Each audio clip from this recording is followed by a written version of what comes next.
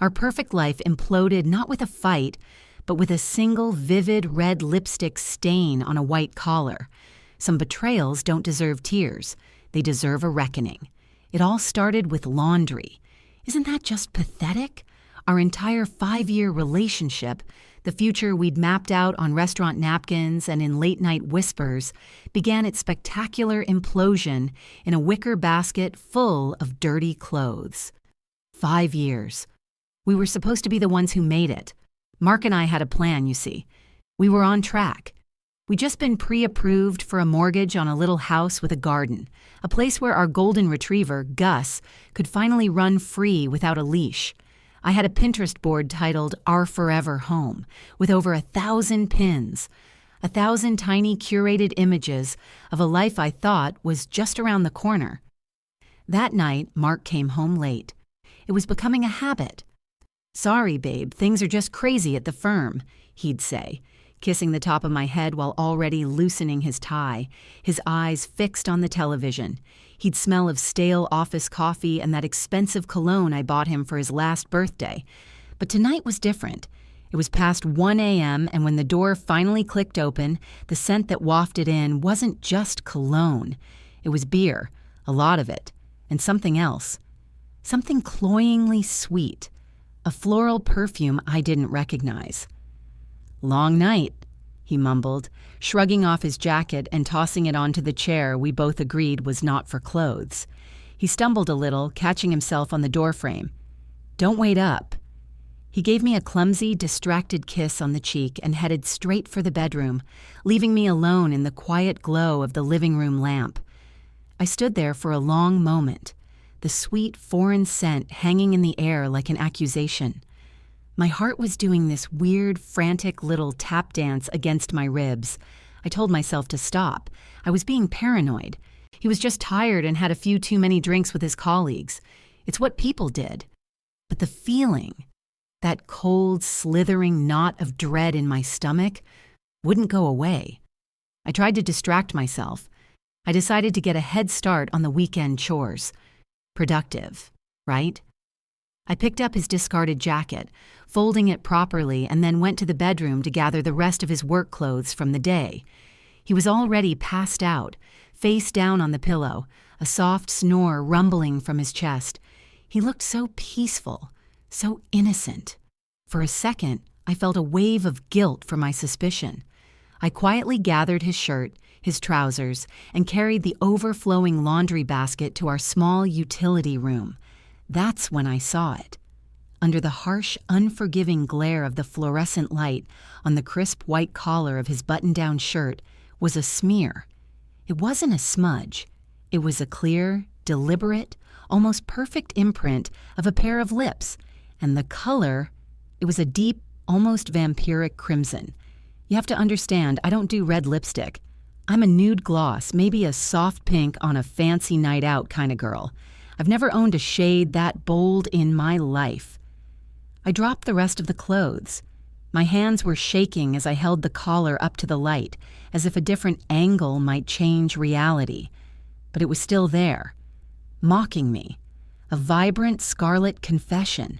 The world seemed to tilt on its axis.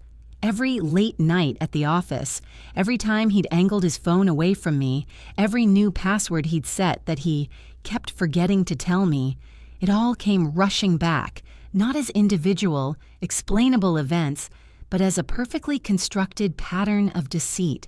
He wasn't just tired, he wasn't just busy, he was a liar.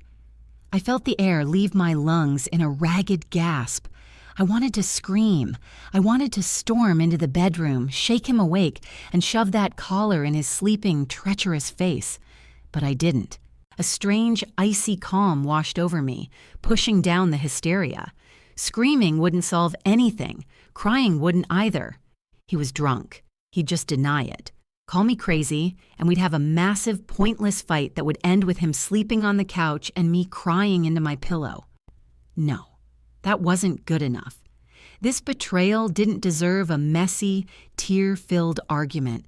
It deserved something colder, something more deliberate.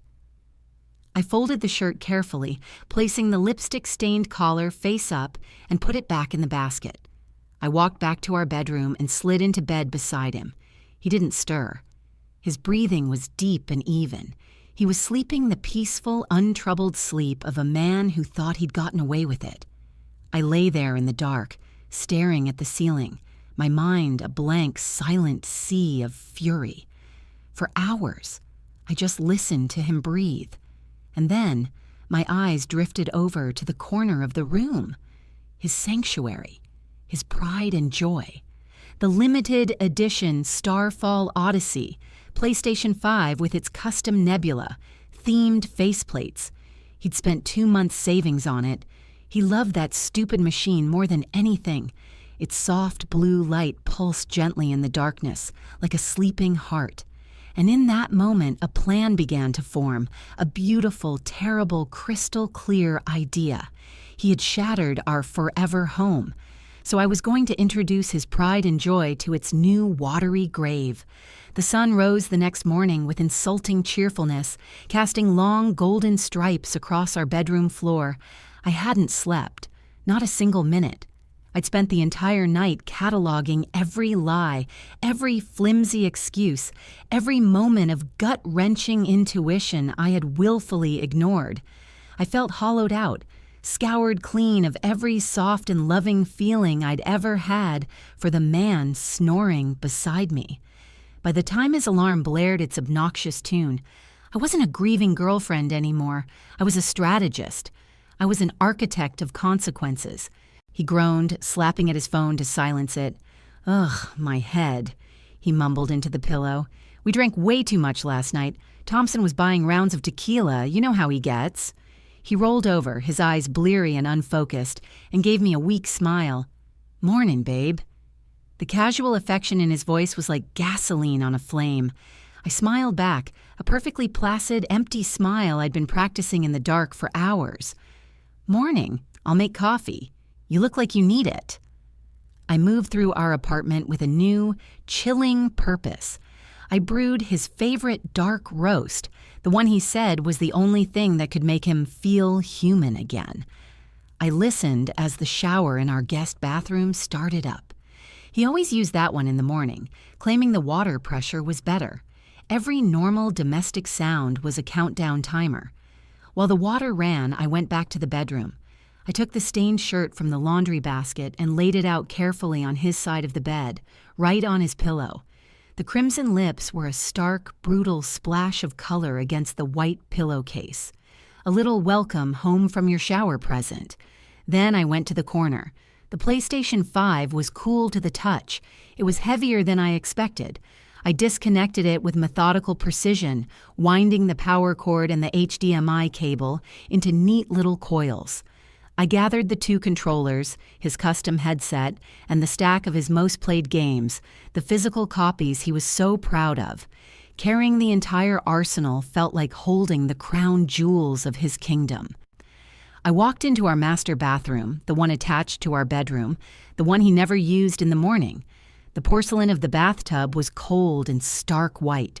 I placed the console at the bottom, right over the drain like a sacrificial offering. The controllers went on either side.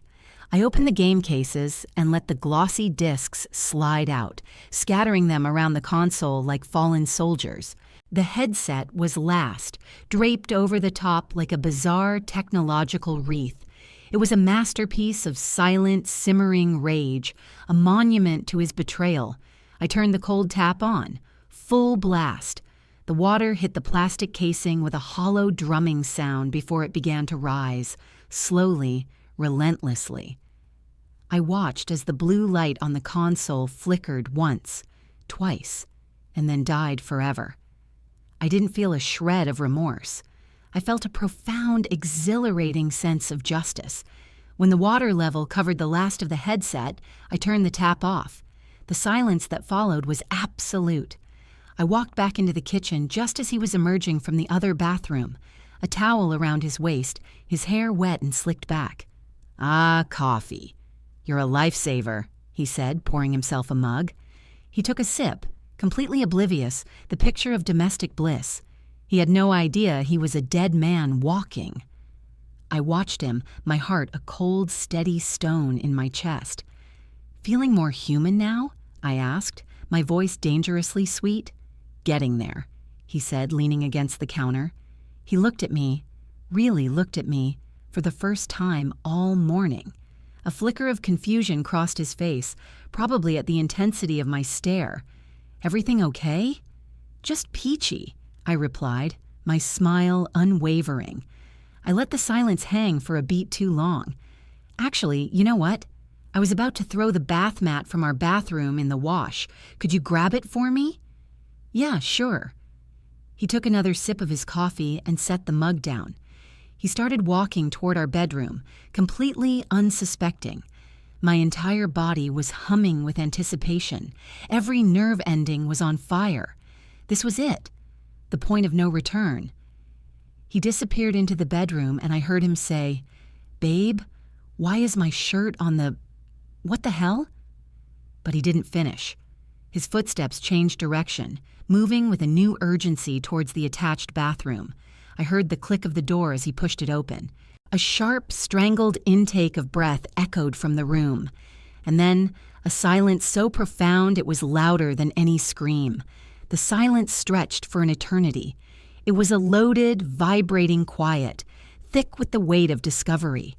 I could picture him perfectly in my mind's eye, standing there in just a towel, the coffee on his breath, his brain trying to process the two distinct, horrifying scenes of betrayal laid out before him, the shirt on the bed and the electronic graveyard in the tub. I wondered which one he saw first. I wondered which one hurt more. I took a slow, deliberate sip of my own coffee, the ceramic warm against my lips. The calm I felt was unnerving, almost inhuman. It was the calm of a general watching a perfectly executed maneuver. Finally, a sound. Not a scream, not a yell, but a low, guttural noise, like an animal in pain. It was followed by the sound of his footsteps, slow and heavy, as he walked back out of the bedroom. He appeared in the kitchen doorway, his face a mask of disbelief. His eyes, wide and bloodshot, flicked from me to the empty space in the corner where his beloved console used to sit, and then back to me. The towel was still knotted at his waist, but all the casual morning confidence was gone, replaced by a raw, gaping vulnerability. He was holding the shirt in his hand, clutching it like it was the murder weapon, which, in a way, it was. What is this?" he whispered, his voice hoarse. He held up the shirt, the crimson lips a garish wound on the white fabric. I looked at it, then met his gaze without blinking. "I was hoping you could tell me. I found it in the laundry last night. It's not my shade." My voice was cool, level, completely devoid of the screaming inferno of emotion that had raged inside me for the past 8 hours. He stared at the shirt, then back at me, a frantic, cornered look in his eyes. He opened his mouth, then closed it.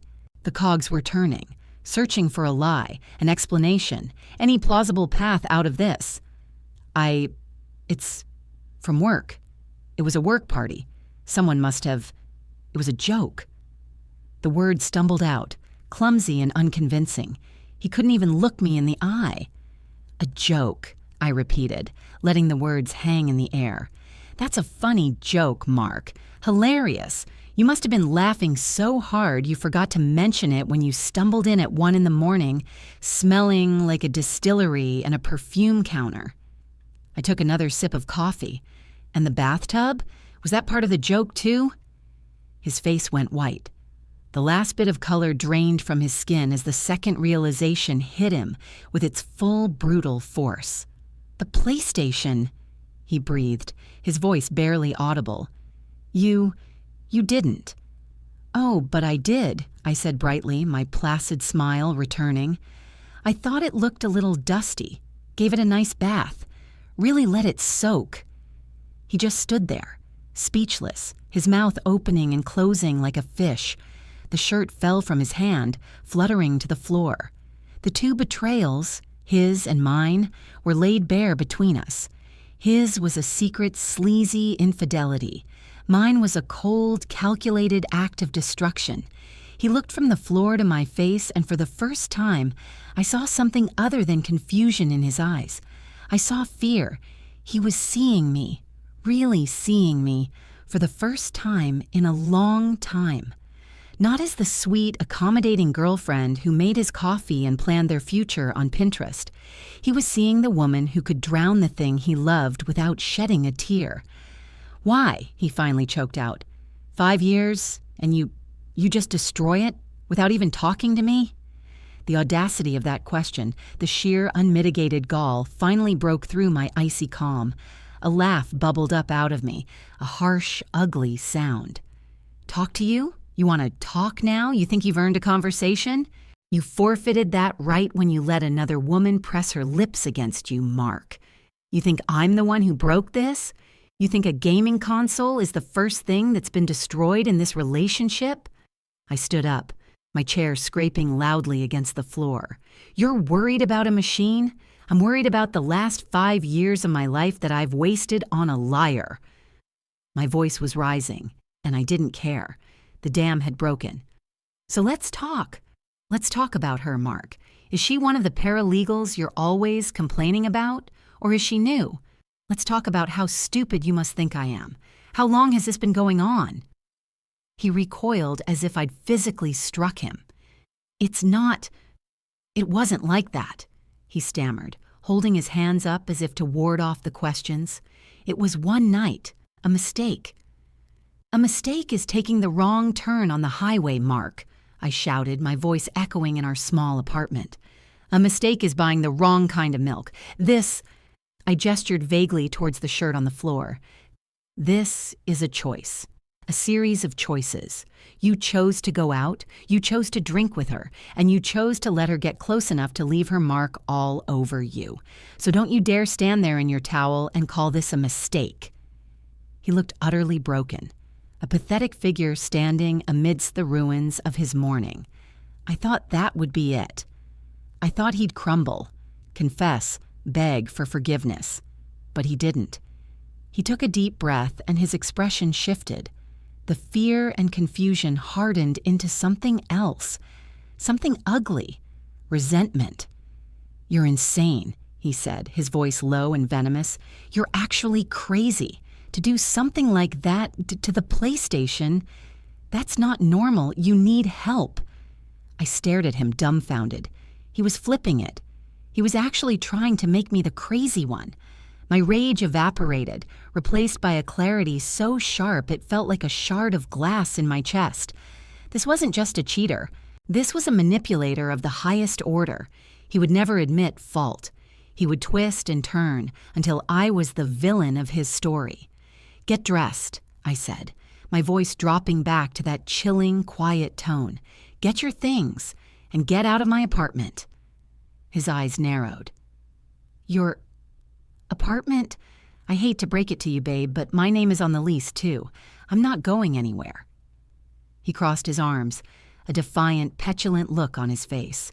"In fact, you owe me $2,000. That's what that system cost with all the accessories. You destroyed my property. I could call the cops right now." Call the cops. The words hung in the air between us, acrid and absurd. He was threatening to call the police on me for destroying his precious toy, while his own infidelity lay in a crumpled heap on the floor. It was a masterclass in deflection, so brazenly manipulative it was almost impressive. For a moment, I was speechless. He saw my hesitation and mistook it for fear, a flicker of triumph crossing his face. He thought he had me. He thought he'd found the lever that would put him back in control. He had no idea I was just recalibrating.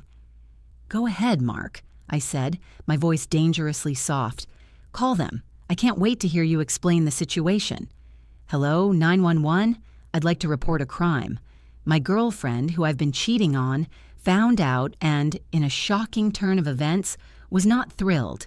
She responded by giving my video game console a bath. Please send officers immediately. My feelings are very hurt." I leaned against the counter, mimicking holding a phone to my ear. And while we're at it, I'll be sure to show them the evidence. Exhibit A. I pointed a toe at the shirt on the floor. Maybe we can get a forensics team in here, lift a print, do a lipstick brand analysis. We can turn this into a whole episode of CSI Suburban Infidelity. His smug expression faltered. He knew how ridiculous it sounded. He knew the police would likely laugh him out of the precinct. The threat was empty, just another tool to try and bully me back into a box. But the fact that he'd even thought to use it, to turn this into a legalistic battle over property instead of addressing the gaping wound he'd torn in our life, told me everything I needed to know. There was no remorse. There was only damage control. "This is what you do," he sneered, his voice dripping with condescension. "You get dramatic. You escalate everything into a huge production instead of just talking things through like a normal person." "A normal person wouldn't have a reason to drown a PlayStation, Mark," I shot back. "Normal people don't come home with another woman's lipstick on their collar. You want normal? You should have thought of that last night." I pushed myself off the counter and started walking towards the bedroom. "I'm not arguing with you about this. I'm done. The relationship is over. Now for the last time, get your things and leave." "No," he said, his voice hard. He followed me, standing in the bedroom doorway to block my path. "I'm not leaving. We live here together. You don't get to just kick me out because you're having a tantrum. We'll figure this out. I'll sleep on the couch." I stopped and turned to face him. The level of his entitlement was truly staggering. He honestly believed that after what he'd done, he could just relegate himself to the sofa for a few days until I calmed down. He still thought this was something we could figure out. He didn't understand that he had detonated a bomb and there was nothing left to salvage from the wreckage. He was standing in a crater, complaining about the dust. "Mark," I said, enunciating every syllable as if speaking to a child, "you seem to be confused. This isn't a negotiation. You are no longer welcome in this home. You violated the most fundamental rule of our relationship, of any relationship. The trust is gone. It has been ground into dust and scattered to the four winds. There is no us to figure out anymore. There is just me, and there is you, and you are leaving." "And I'm telling you, I'm not," he said, his voice rising, his face getting red. "Half of this stuff is mine.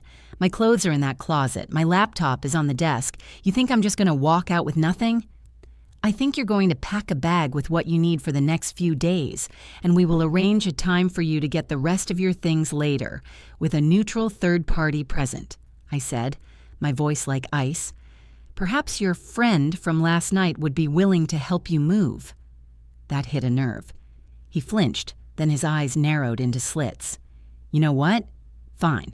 I'll pack a bag. But don't think this is over, and you're still paying for the PlayStation." He shoved past me into the bedroom and yanked a duffel bag out of the closet, throwing it onto the unmade bed next to the incriminating shirt.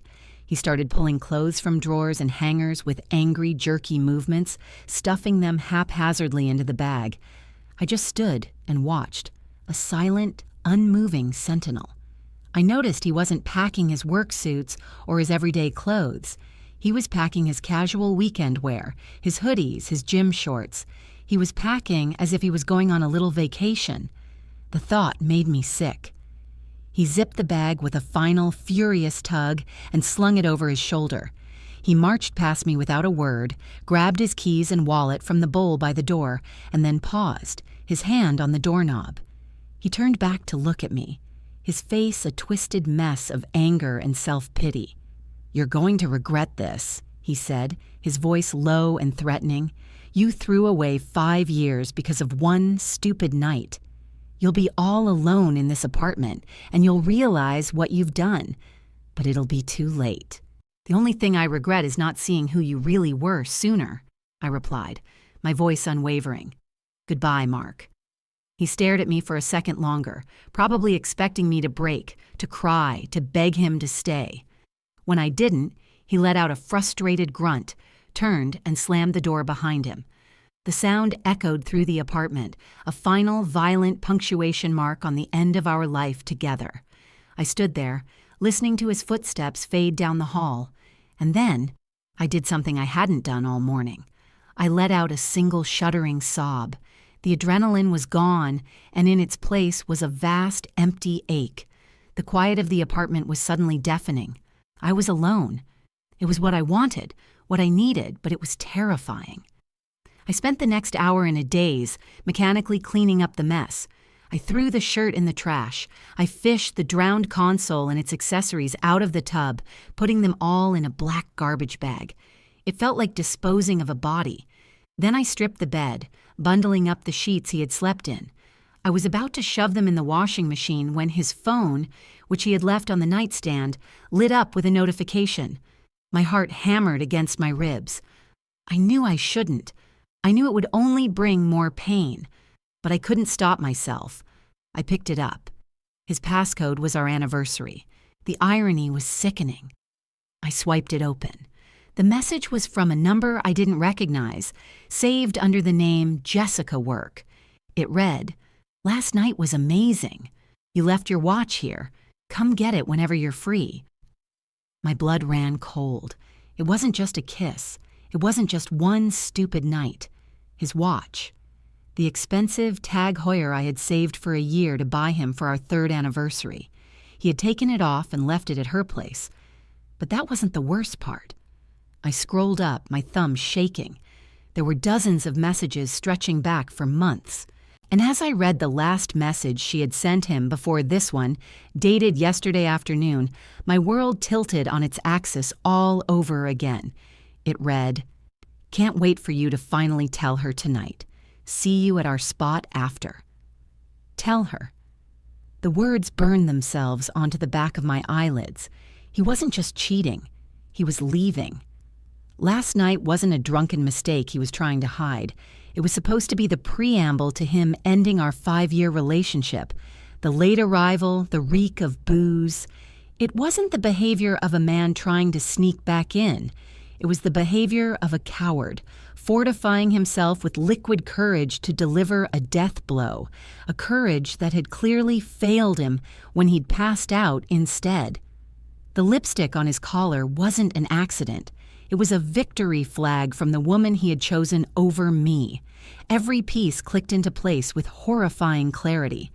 The recent distance, the vague excuses, the sudden password changes. It wasn't just about hiding an affair. It was about building a new life while slowly dismantling our old one. The house we were pre-approved for, the Pinterest board, our plans for Gus. I had been curating a future that he had already opted out of.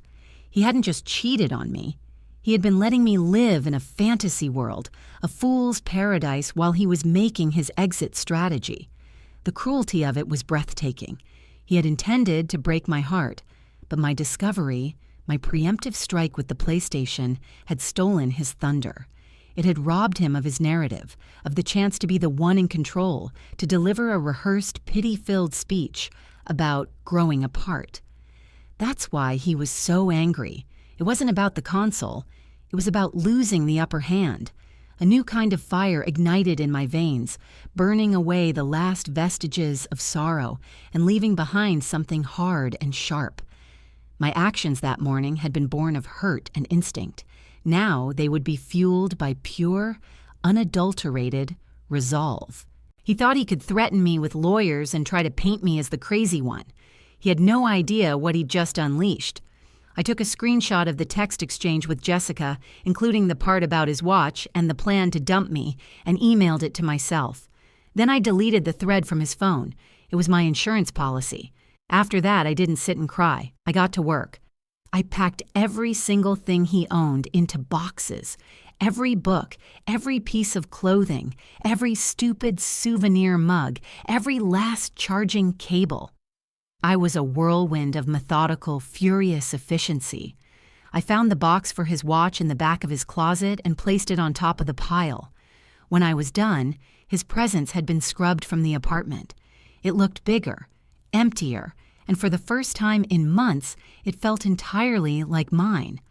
Then I called my brother, David. He's a lawyer, a shark in a tailored suit, and the most protective older brother a girl could ask for.